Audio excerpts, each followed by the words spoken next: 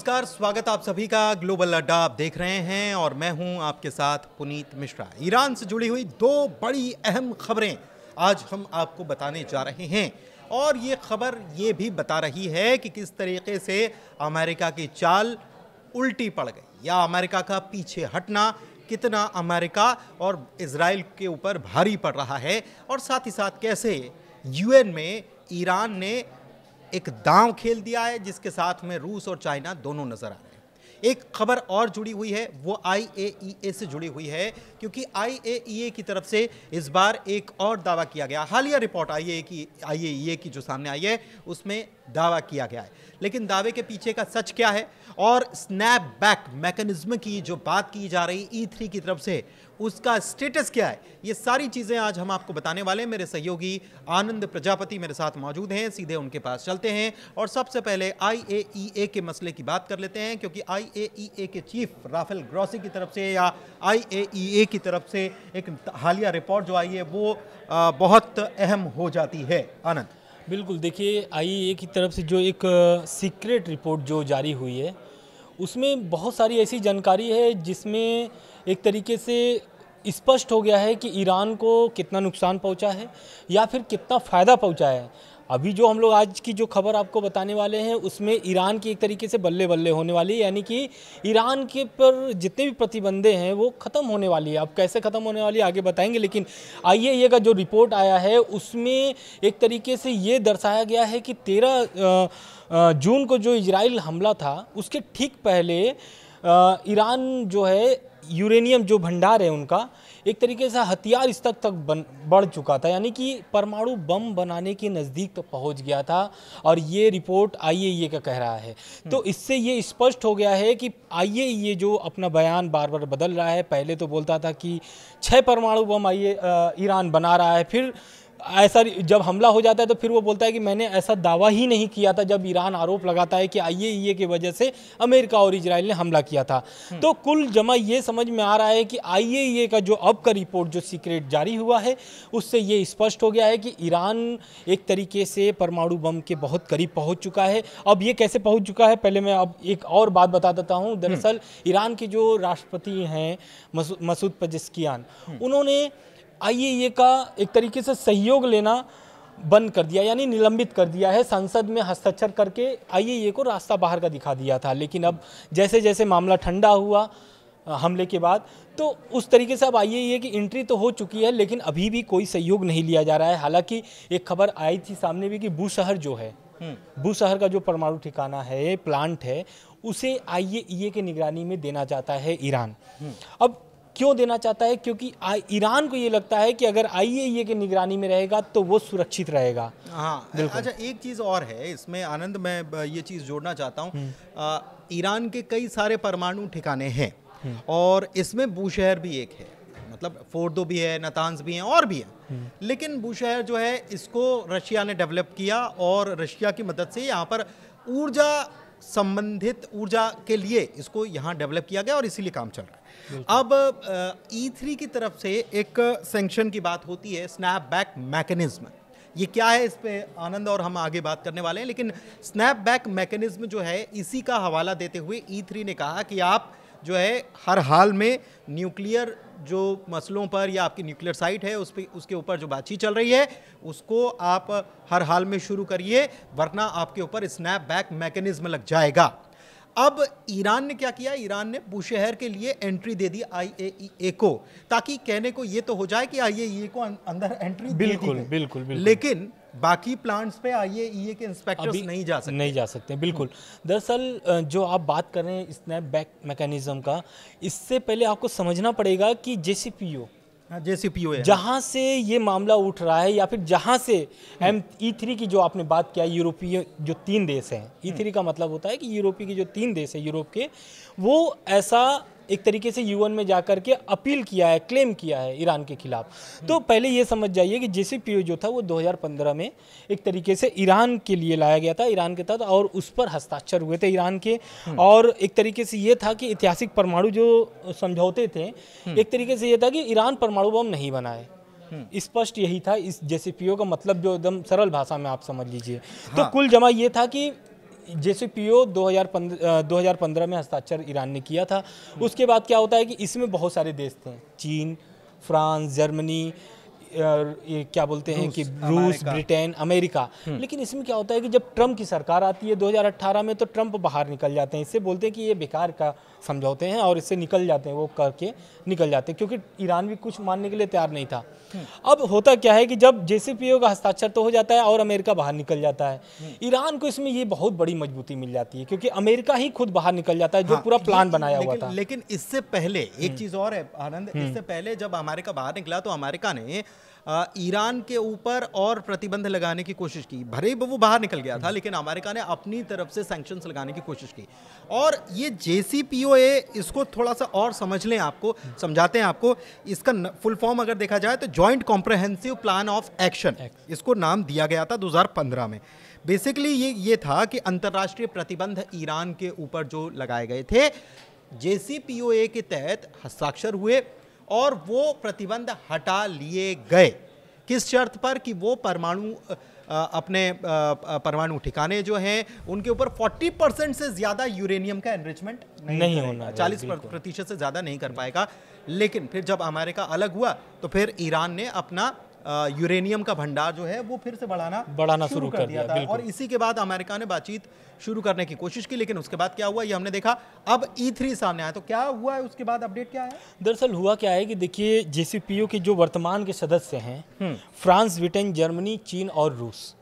तो आपको पता है कि चीन और रूस किसके साथ हैं? ईरान के साथ हैं। तो इसमें यह था कि जो स्नैपबैक तंत्र है, एक तरीके से जो इसका उपयोग कर सकते हैं या फिर दावा कर सकते हैं UN में जाके, यानी कि UN यानी सुरक्षा परिषद, UN की जो सिक्योरिटी काउंसिल है, उसमें जाकर के क्लेम करना होता है। और इस क्लेम के बाद एक तरीके से डेडलाइन मिल जाता है 30 दिन का, मतलब कुल 1 महीने का डेडलाइन मिलता है। और इस 1 महीने में उसका रिजल्ट भी आना चाहिए, स्नैपबैक जो एक तरीके से आपने क्लेम किया है, नहीं तो फिर वो ख़त्म हो जाता है। एक तरीके से जो आपने स्नैपबैक क्लेम किया था वो उसकी अवधि ख़त्म हो जाती है।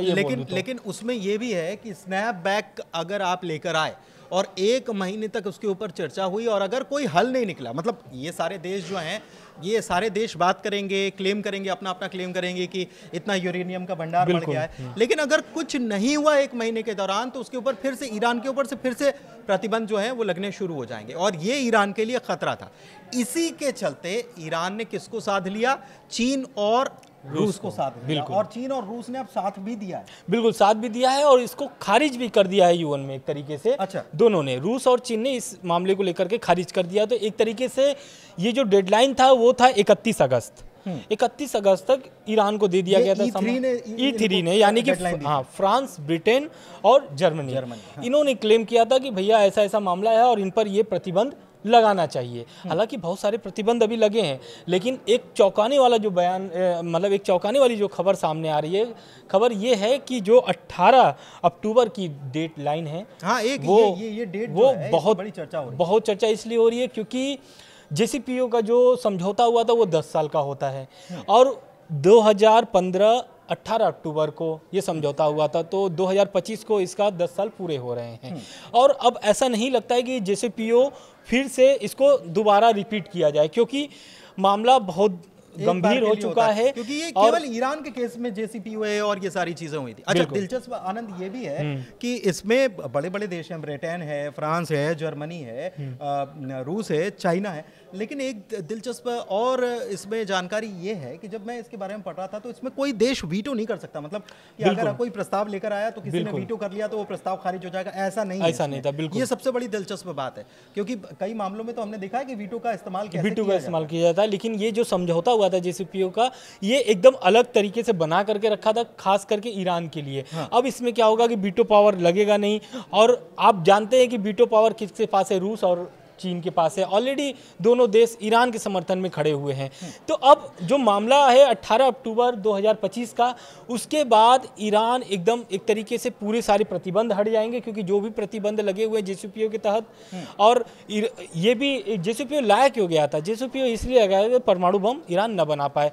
लेकिन क्या होता है कि मामला जमता नहीं है, प्रतिबंध पर प्रतिबंध अमेरिका हो या फिर ब्रिटेन हो या फिर जर्मनी हो, समर्थन जो है वो यूरेनियम जो एनरिचमेंट लगातार कर रहा है। एक चीज और है कि स्नैप बैक सैंक्शंस की बात जो हो रही है, मैकेनिज्म की जो बात हो रही है, ये ईरान की तरफ से एक प्रकार से टाइम बाइंग की जा रही है, समय को खींचा जा रहा है। 18 अक्टूबर की तारीख जो आनंद ने बताई, उसके बारे में मैं आपको बता देता हूँ। 18 अक्टूबर की तारीख तो बहुत ज़्यादा दूर नहीं है, लेकिन बहुत पास भी नहीं है। और इस दौरान ईरान ये चाहता है कि आईएई की तरफ से ऐसी कोई गलत रिपोर्ट निकलकर सामने ना आए। लेकिन आईएई की तरफ से ताज़ा रिपोर्ट क्या बता रही है? ये बता रही है कि उसने इतना संवर्धन कर लिया था। दरअसल आईएई ने ये भी बताया है कि मई में हमारे पास जो डेटा आया था और उसके बाद जून में जब हमला हुआ, जो डेटा आया था उसके डेटा में फ़र्क है और करीब 71 पाउंड का फ़र्क है, यानी कि 71 पाउंड यूरेनियम जो है वो ज़्यादा समर्थन कर लिया था ईरान ने। और इसी आधार पर आईएईए की सीक्रेट रिपोर्ट जिस पर जो शब्द जगह पता चल गई है, तो ये सीक्रेट रिपोर्ट कैसी है इसके बारे में तो नहीं कहा जा सकता,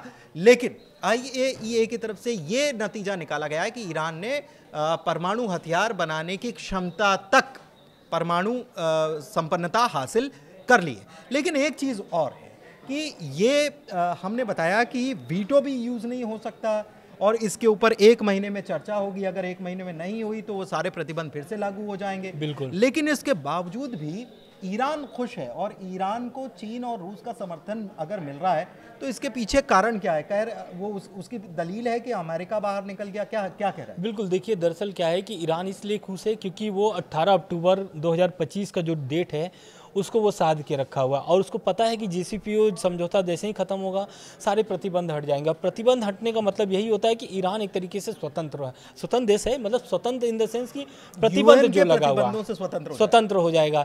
तो क्या होगा कि इसमें चीन और जो रूस हैं खुल करके और समर्थन करेंगे क्योंकि कोई प्रतिबंध नहीं होगा और अमेरिका ऑलरेडी 2018 में बाहर निकल चुका है।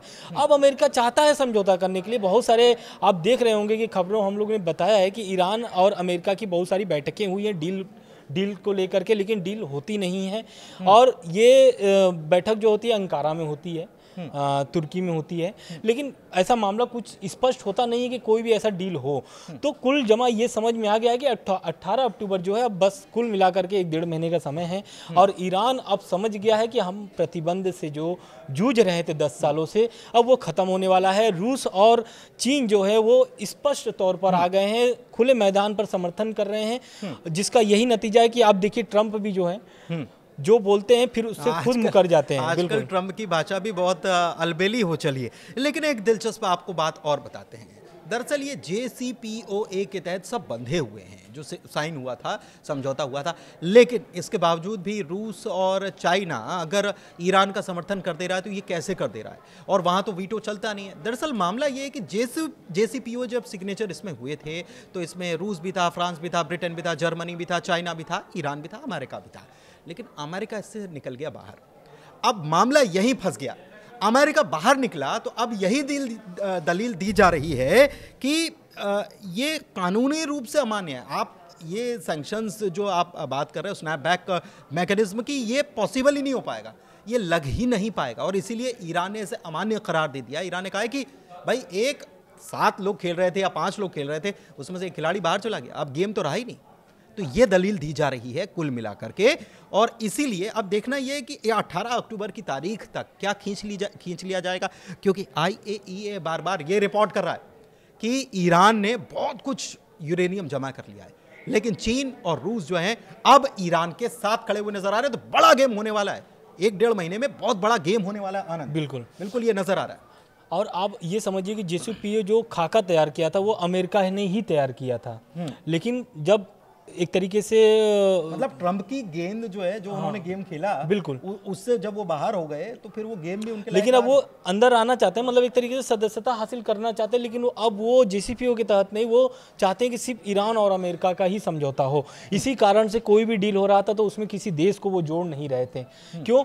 अब इस पर क्लेम, इस पर मतलब एक तरीके से आपत्ति भी जताई थी फ्रांस ने और ब्रिटेन ने, जर्मनी ने, कि भाई अमेरिका ऐसे कैसे कर सकता है, जिसने ये पूरा प्लान बनाया वही बाहर चला गया, तो क्या JCPOA को खत्म कर दिया जाए। लेकिन JCPOA तो खत्म नहीं होता है। आज भी ब्रिटेन या फ्रांस आज भी यही चाहते हैं कि ईरान के पास परमाणु हथियार ना हो। क्यों ना हो? क्योंकि इजराइल जो है वो तीनों का बहुत अच्छा दोस्त है, चाहे वो ब्रिटेन हो, चाहे अमेरिका हो, चाहे फ्रांस हो या जर्मनी हो। तो कुल जमा यही था कि अगर ईरान के पास परमाणु बम हाथ लग जाता है तो कहीं ना कहीं इजराइल के लिए वो खतरा पैदा हो जाएगा। लेकिन 18 अक्टूबर 2025 की तारीख बहुत अहम रहने वाली है और इस बीच बहुत कुछ उथल पुथल रहने वाली है। आइए, बहुत ज़्यादा सक्रिय नजर आएगा, ये बिल्कुल तय हो चुका है।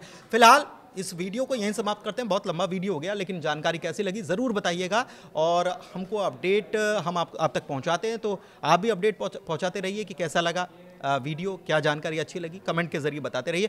बहुत शुक्रिया, ग्लोबल अड्डा को प्यार देते रहिए। धन्यवाद। धन्यवाद।